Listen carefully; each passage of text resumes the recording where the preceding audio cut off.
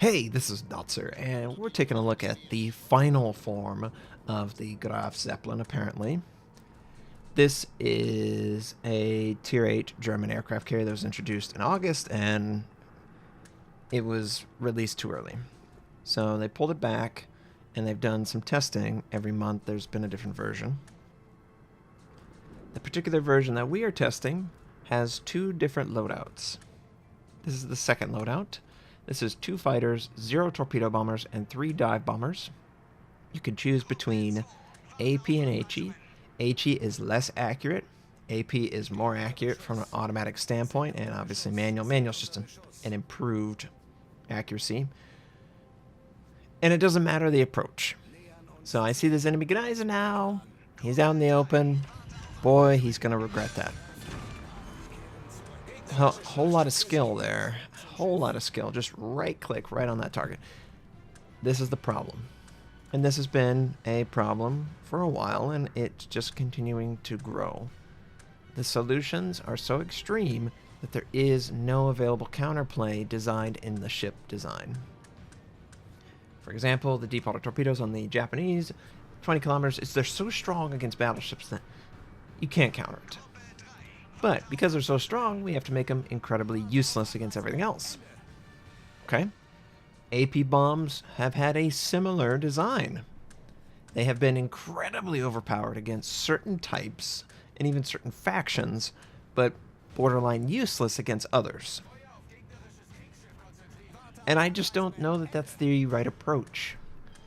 I kind of would prefer maybe more chip damage and less one-shot potential. I think that's really unhealthy.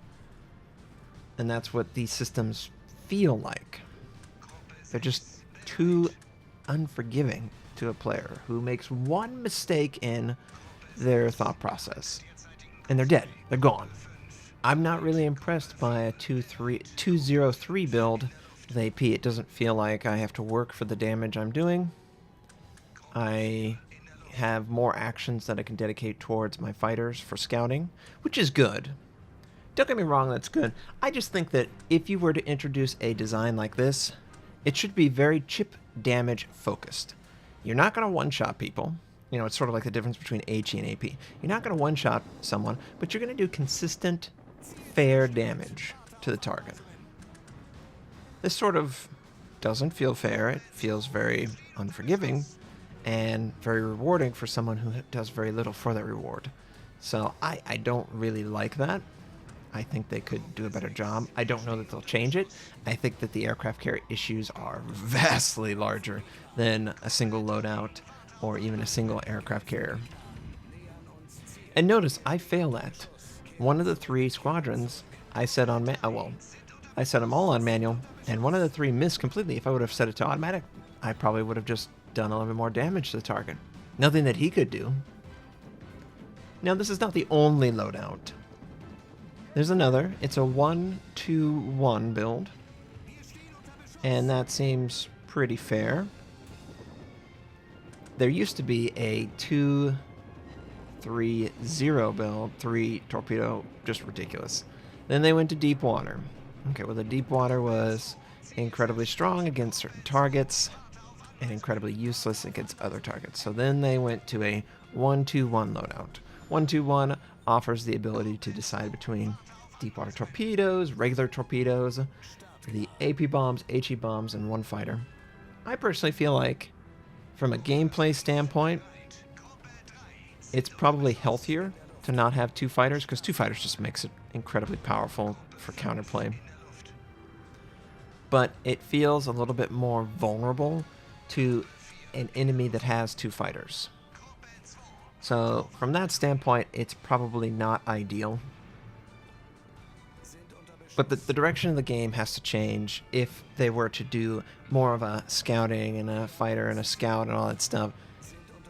They have to incorporate more XP bonus and more incentive to be team-oriented.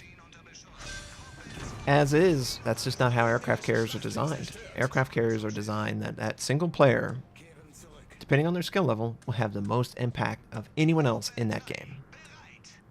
And that is incredibly unforgiving to the design. It's very difficult to reconcile that design. Because if you have a player that's not good at aircraft carrier, you're done. You're absolutely done. If you have an aircraft carrier commander that's insane, you don't have to do anything. It lowers the threshold of skill for the rest of the team because the aircraft carrier is that dominant. So I tried this build. This is very German, this attack pattern. I do like the idea. I just wish that it wasn't so punishing.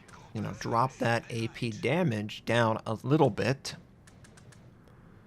I don't feel like doing 60,000 on one single drop is fair. I deal with the RNG aspects, and the aircraft carrier started out as torpedo, torpedo, torpedo. Midway, god tier. Easy. Could kill everything. They took out those loadouts from the Americans and nerfed them into the ground. Then we had the Japanese, and the Japanese have basically stayed relatively the same. They have been a dot-focused design, whereas you're supposed to set up either a flood or a fire that'll stick for 45 to a minute while their damage control is on cooldown. Then we introduce AP bombs. AP bombs have revolutionized some of the damage up front without relying on stupid dot RNG. And I think they build into AP bombs that sort of RNG that doesn't exist, but it should do more damage than HE does per bomb, but it shouldn't do like double. I don't ever feel like I get double the damage I do for my AP bomb in fires or floods because I'm just not that lucky. I'm sure a lot of players are similar, or there's other players like, I've never not gotten a dot. Fires and floods are my middle name. Literally, fires and floods, law firm. So it's irrelevant. You know, I want them to stay right here. But you can see I'm not a very good player. I'm just going after targets that I think deserve to die. Because they're dangerous to the team. Clearly the enemy team was pushing our flank. Went after the Roma, easy kill. Gneisenau, easy kill. If I went after something like the North Carolina, not so easy. Japanese, not so easy. Because they're not as vulnerable to the AP style gameplay. So it's just really weird to have that incorporated into your decision making. I'm going to ignore a threat or a low target because I feel like I can do more damage to these Germans, these Italians, these French battleships. I don't think that's appropriate. You should scout the target and you should punish the most vulnerable enemy, regardless of whatever it is. So, I was getting really annoyed by that Shiratsuyu, by the way. I was going, man, I keep scouting him, and I feel like this is great, but this isn't really encouraged. I only get benefit from this very slightly, but I am taking a risk. I am showing my fighter so my teammates can fire on this target. I think they need to move the aircraft carrier more towards just God tier support. God tier in the intelligence, in its ability to gain XP through that, and it should be chip damage from the attack strategy. This all or nothing stuff just doesn't feel good, especially if you want it to be an automatic drop. And that's probably the biggest issue with the Graf Zeppelin. It doesn't take any skill to do massive damage with this loadout. Can't really speak for the torpedo, but the old version, where it had 3 torpedo squadrons, was ridiculously easy too. And look, this is probably going to be the lowest damage, but I automatic drop on the destroyer. He can do whatever he wants. He can't stop it.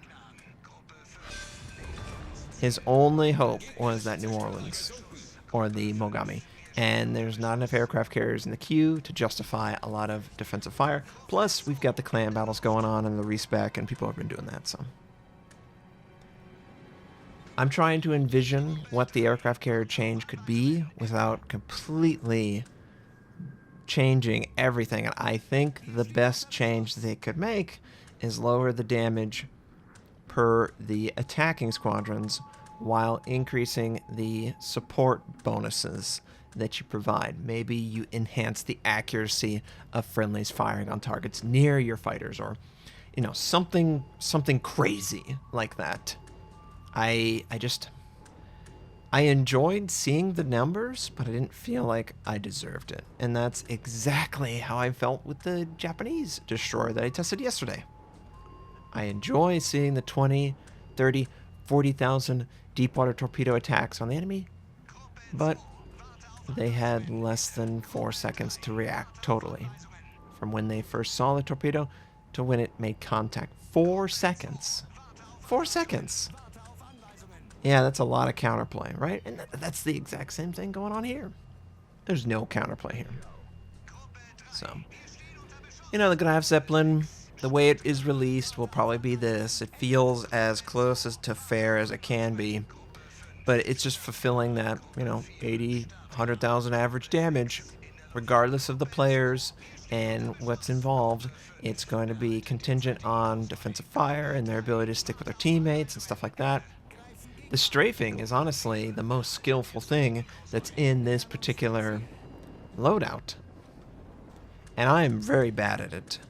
Like, I misread the opponent. I feel like, you know, it doesn't work as well as it should. Yada, yada, yada. And still, I feel it's fair. It's frustrating, but it's fair for the strafing. And I just wish that they would maybe incorporate that more so into the design. I know I'm rambling and I'm talking about this ship. I just want you to see how easy it is for this aircraft carrier to be effective. If you, and if this ends up being the final version, we'll review it obviously, if you run across this, you can't counter it by maneuvering. The only way you can counter it is to stick with your teammates. Be at least in close proximity. You know, maybe 5, 6 kilometers away from a friendly, maybe 10, and you can move towards it when you see an enemy aircraft come towards you, especially this Graf Zeppelin. So, and the deep water torpedoes on this, I just need to make sure you know this, they only attack battleships and aircraft carriers, of course. So yeah, it's, the Graf Zeppelin is an anti-battleship aircraft carrier. Pretty much. I really don't see it any other way. And if there are community contributors who are far more knowledgeable and they know exactly what they're talking, well, you know. But for my amateur eyes, it's like, AP, yeah, that's really strong. Obviously, if a target is wounded, it doesn't matter. If it's an efficient attack, it just matters that you punish that person. But, you know, I'm just defending myself, doing an automatic. Pretty straightforward. He tries to strafe. He doesn't have anything to strafe with. Enemy couldn't get away. There's nothing he could do. Nothing at all. He was going to die. It took 2 squadrons of the 3 to kill him, but I'm sure there was plenty. I could probably have done 10,000 damage to him, which is pretty high considering I'm not supposed to be effective against it with these AP bombs. And the enemy team is falling. There's only 2 left. 45 seconds left in the game. Yeah, I don't enjoy playing ships that are easy.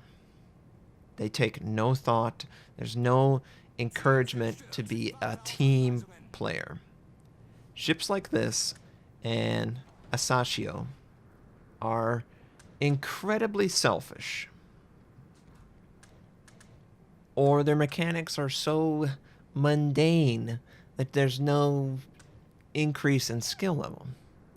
The worst player in the game can do the exact same thing that I did. And the best player can do the exact same thing that I just did. So the Graf Zeppelin, I expect it'll probably be officially released again. March, maybe? April? And I don't see them changing that much because from this standpoint, you know, the win rate of a good player and a bad player are pretty much the same. But from a counterplay perspective, it's not healthy. It's not enjoyable. It doesn't encourage any skill at all. And that's the downside. I hope that they address it. Clearly they can't do it until they change aircraft carriers. I hope you have a wonderful day, and I'll catch you next time.